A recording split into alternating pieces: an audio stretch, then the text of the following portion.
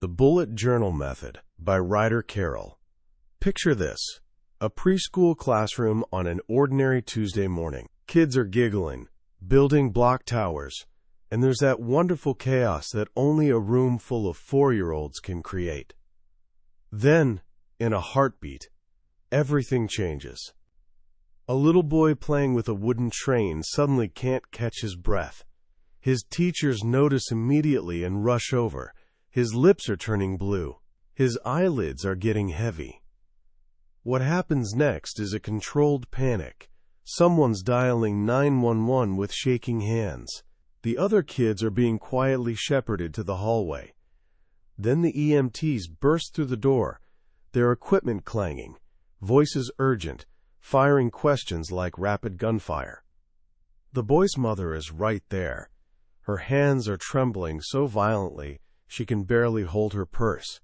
Tears are pouring down her cheeks as one EMT begins chest compressions, her son's tiny body lurching with each push. And then, through her panic, she does something remarkable. She fumbles for a small, dog-eared notebook. With shaking fingers, she tears out the last few pages and thrusts them at the EMT who's questioning her. I can't, is all she can manage to say. The EMT grabs the papers, his eyes flying across them. His partner suddenly calls out, "I've got a pulse!" And the first EMT looks up at this sobbing mother with something like awe in his eyes. "Thank you," he tells her. "This is exactly what we need." Those crumpled pages held everything the doctors would need: medication doses, specialist contacts, allergy information, a detailed seizure log. That information, radioed ahead to the hospital, gave the emergency room doctors a crucial head start. It saved her son's life. The tool that held all this life-saving information? A bullet journal.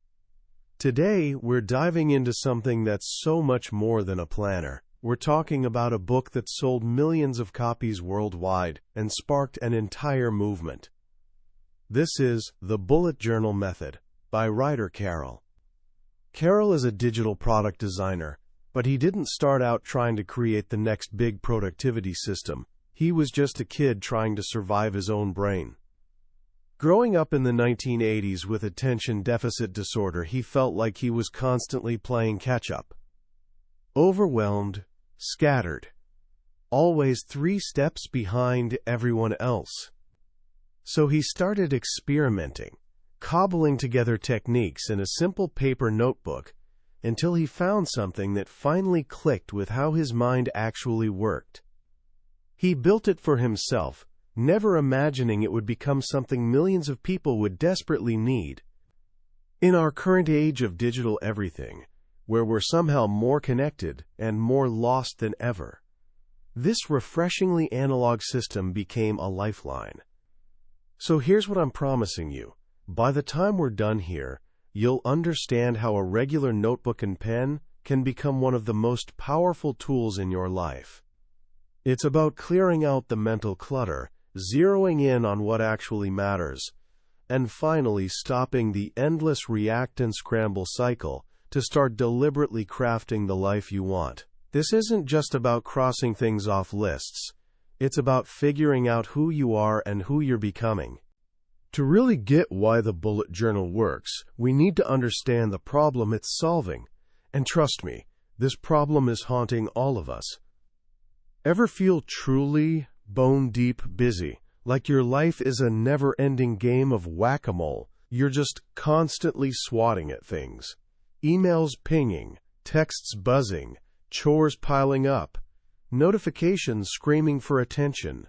You've got apps scattered across your phone, sticky notes everywhere, and a mental to-do list that could stretch to the moon.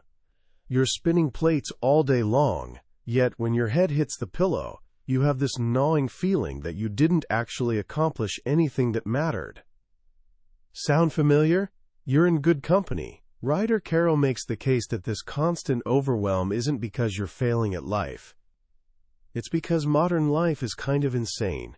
We're drowning in information. There's actually a study showing that just having your smartphone in the room, even powered off, measurably reduces your cognitive capacity. Just sitting there, it's draining your brain. This creates what psychologists call decision fatigue. Think about your day. The moment you wake up, the decisions start flooding in. What to wear, what to eat, which email to tackle first, what podcast to listen to. It's relentless. Even wildly successful people try to fight this. President Obama famously wore only gray or blue suits. Mark Zuckerberg has his uniform of gray t-shirts. They understood something crucial. Willpower is a limited resource. The more trivial decisions you burn through, the less mental juice you have for the decisions that actually shape your life. This is where most of us get trapped. We're drowning in trivial choices, our attention shredded into confetti, our energy completely depleted.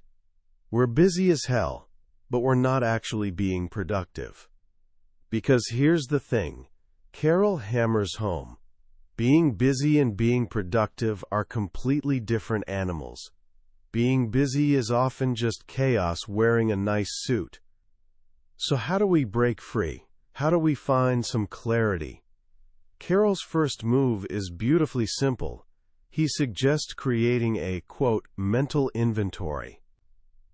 Just like cleaning out a disaster of a closet, you've got to pull everything out before you can figure out what to keep.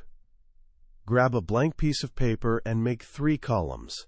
In the first column, dump everything you're currently working on, every project, task, and responsibility. In the second column, write everything you should be working on, all those things nagging at you, the "I'll get to it eventually" items. And in the third column, list everything you want to be working on, your dreams, passions, the things that light you up. Don't judge yourself. Just write. Get it all out of your head and onto the page. Now take a good look at that list.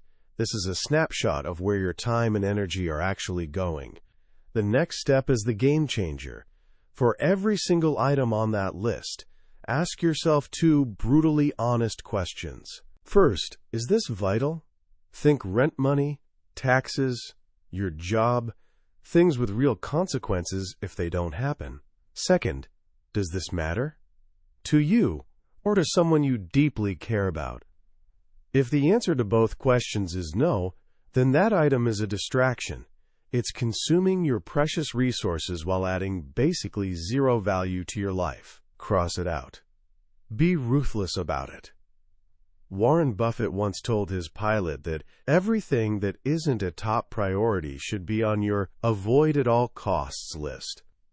By doing this exercise, you're waking up.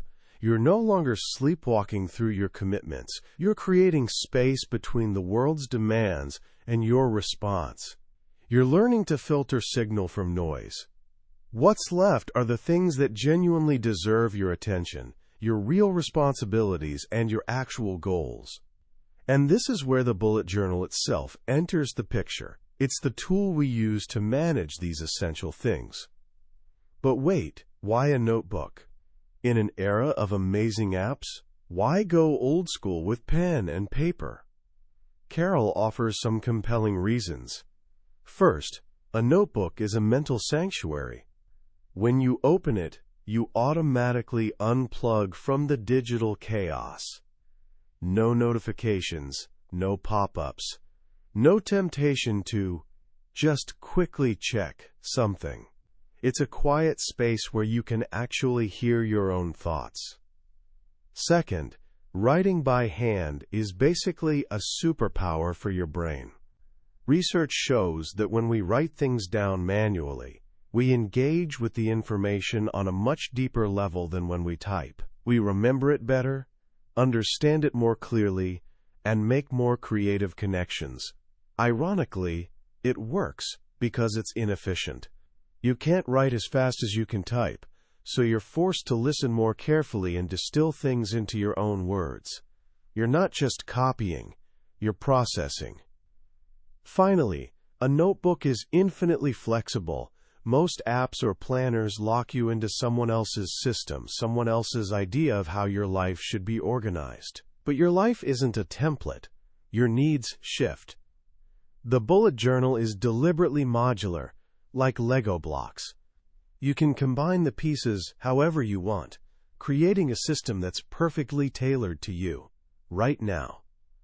As your life evolves, your journal evolves right along with it.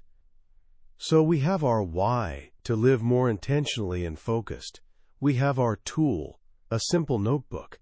Now we need the how. We need the actual system.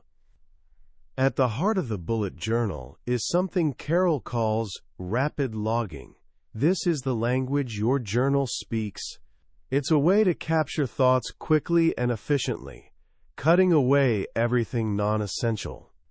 Instead of writing rambling paragraphs, you use short, objective bullet points. Each one gets a simple symbol. You only need to know 3 to get started. A dot represents a task, something you need to do. Call the doctor. An open circle, hollow circle represents an event, an experience, like a meeting, a birthday, or an appointment. Hollow circle, dentist appointment at 3 p.m. And a dash represents a note. Any information you want to remember, an idea, a fact, an observation. That new coffee shop on Main Street is fantastic. That's it. Task, event, note, dot, circle, dash. This simple syntax transforms a jumbled mess of thoughts into a clear, organized list. But the real magic happens when these bullets evolve over time. A task isn't static. It has a life cycle. When you complete a task, you transform the dot into an X. Simple and satisfying. If a task becomes irrelevant, you just strike through it. Another responsibility released. Another bit of mental energy freed up. If you don't finish a task today and decide to move it to tomorrow, you change the dot into a right-facing arrow greater than. This is called migrating. And if you schedule a task for a future date, you turn the dot into a left-facing arrow less than. This might sound a bit technical, but in practice it's incredibly intuitive. It transforms your to-do list from a static, guilt-inducing monument of undone things into a dynamic, living system. These bullets are organized into what Carroll calls collections. A collection is simply a home for related thoughts. Think of it as a dedicated page for a specific topic. The 4 core collections are the foundation of your journal. First up is the daily log. This is your workhorse, where you'll spend most of your time. You simply write today's date at the top of a fresh page and start rapid logging your tasks, events, and notes as they happen throughout your day. It's designed to be a catch-all, a place to unload your mind in real time without overthinking where things should go. Some days might fill several pages. Other days might only take a few lines. That's the beauty. It adapts to your life's natural rhythm. Next is the monthly log. At the start of each month, you take a 2-page spread. On the left page, you create a calendar by simply listing numbers 1 through 31 down the side. This gives you a bird's-eye view of your month. On the right page, you create your task page. This is where you migrate unfinished tasks from last month and list your priorities for the month ahead. This monthly check-in is your chance to step back, reassess, and set your intentions. Then there's the future log. This lives at the very front of your notebook and captures any tasks or events falling outside the current month. Got a wedding in 6 months? A project due next semester? You log it in the future log, then forget about it for now, knowing it's safely captured and you'll be reminded when the time is right. Finally, there's the collection that holds everything together, the index. This lives on the very first few pages of your notebook.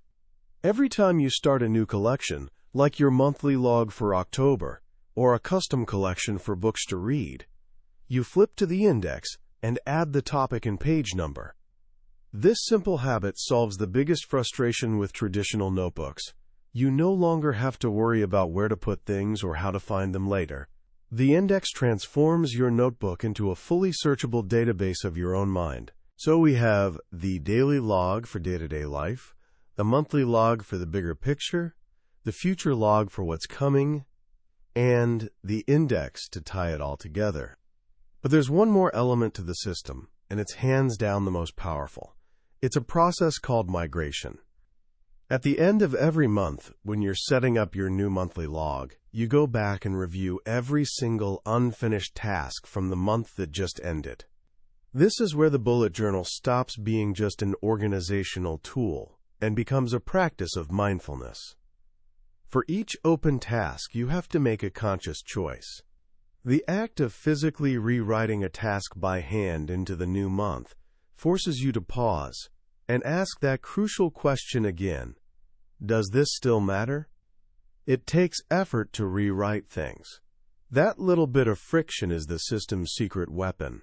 It's an incentive for honesty. If a task isn't worth the few seconds it takes to rewrite it, it's probably not that important. It's a distraction. And you can let it go. This monthly migration is a built-in filter for your life. It prevents you from operating on autopilot, from blindly dragging forward responsibilities that have expired. It forces you to continually curate your commitments, ensuring you're only investing time and energy in things that truly align with your goals and values. This is the bridge between the system and the practice. The system gives you the how to organize your thoughts. The practice gives you the why. It helps you figure out why you're doing what you're doing in the first place. And this brings us to the true heart of Ryder Carroll's message. Getting organized feels great, but it's just scratching the surface. The real goal of the bullet journal method is to live an intentional life. What does that actually mean? An intentional life is one where your actions align with your beliefs. It's a life where you're making the choices before other people's choices make you. So many of us are living reactively. We bounce from one stimulus to the next, constantly putting out fires, responding to other people's demands. There's no breathing room between what happens to us and how we react. The practice of bullet journaling, especially the daily and monthly reflections, creates that breathing room. Every morning, you have your AM reflection. You sit down with your journal for just a few minutes, review your tasks, and plan your day. You're not just making a to-do list, you're setting priorities. You're deciding what matters most before the day starts yelling at you. Every evening, you have your PM reflection. You review what you logged, cross off what you completed, and migrate what you didn't. This isn't just about updating lists. It's a moment to learn. Why didn't I get to that task? Was it not actually a priority? What did I accomplish today that I can feel good about? These small, consistent moments of reflection are like having a conversation with yourself. Day by day, page by page, you're getting to know yourself better. You're becoming a witness to your own life. You start noticing patterns. You see what energizes you and what drains you.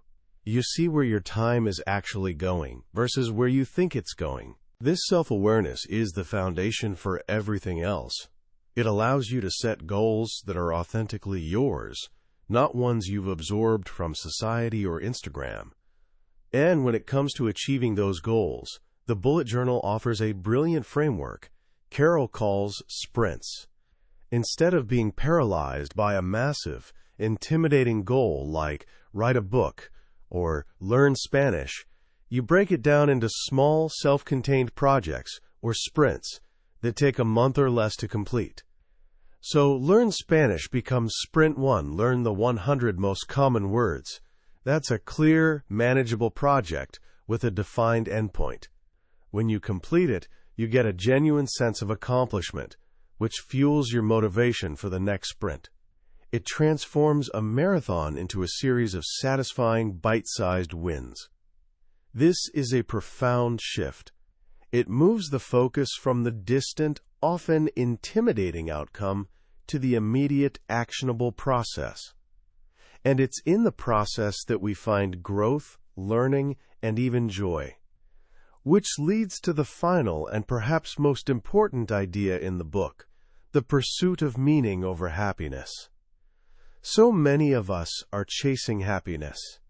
We think if we just achieve that next goal, land that promotion, buy that thing, take that vacation, then we'll be happy. But, as we all know from experience, it rarely works that way. The happiness we get from achievement usually fades pretty quickly. Carroll, drawing on centuries of philosophy, suggests we have it backward. Happiness isn't a goal to pursue, it's a byproduct. It's the feeling that naturally arises when our life has meaning. So the real question isn't how can I be happy? The real question is, what is meaningful to me? The bullet journal doesn't hand you the answer to that question. Nothing outside of you can. But what it does provide is a practice to uncover it for yourself. It's in the quiet moments of reflection, when you look back at your logs and see what you chose to spend your life's most precious resources on, your time and energy. It's in the process of migration, when you decide what's worth carrying forward into your future. It's in the goals you set, the sprints you run, and the lessons you learn along the way. Your journal becomes a living autobiography. It's the story of your choices, your actions, your evolution. It allows you to see the narrative of your life as it unfolds. And if you don't like the story it's telling, it gives you the tools and awareness to change it. Finally, a quick word about what you might see online. If you search for bullet journal, you'll find these incredibly gorgeous, artistic, and often intimidating creations. It's easy to think, I could never do that. I can't even draw a straight line. Carroll is crystal clear on this. The only thing that matters in a bullet journal is the content, not the presentation. Its value isn't in how it looks, but in how it makes you feel and how effective it is for you. Function over form. Always. If making it beautiful brings you joy and keeps you engaged, that's wonderful. But if it becomes another chore or source of pressure, you're missing the entire point. The correct way to bullet journal is the way that works for you. It's a tool, not a test. A practice, not a performance. It's a system designed to help you track the past so you can learn from it, order the present so you can live in it, and design the future so you can build one you're proud of. So what do we take away from all of this? At its core, the bullet journal method is a quiet rebellion. In a world constantly screaming for our attention, pulling us in 1,000 directions, it offers a simple, powerful way to reclaim our focus and agency. It's an invitation to step away from the noise, even for just a few minutes each day, and reconnect with ourselves. The most profound lesson for me is the shift from productivity as a frantic race to cram more in, to productivity as a calm, intentional practice of doing what matters.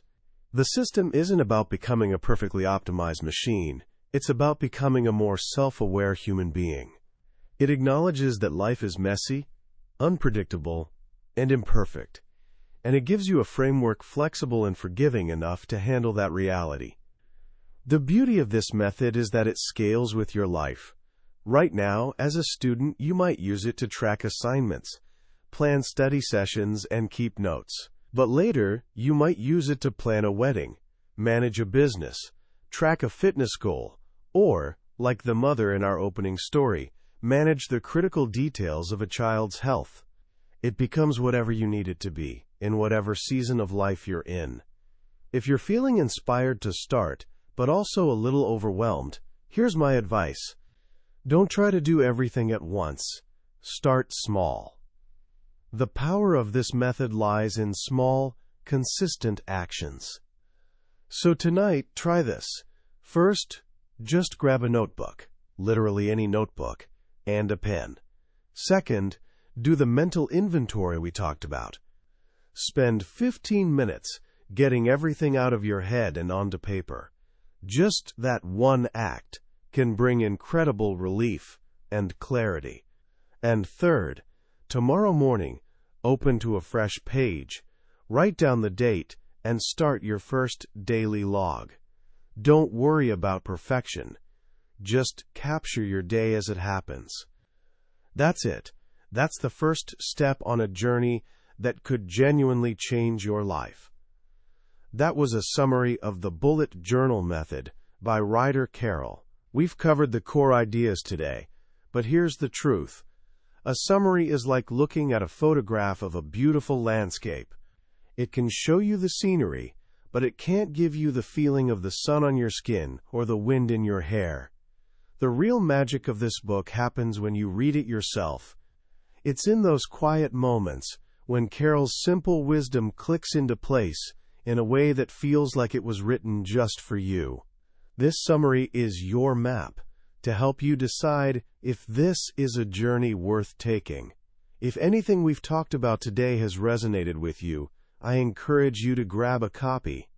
Reading it isn't just about learning a system. It's an experience that can fundamentally change how you navigate daily life. The link to the book is in the description below. Also, if you found this valuable, please take a moment to hit that subscribe button so you won't miss our next exploration into another life-changing book. Let's keep learning and growing together. Thank you for listening.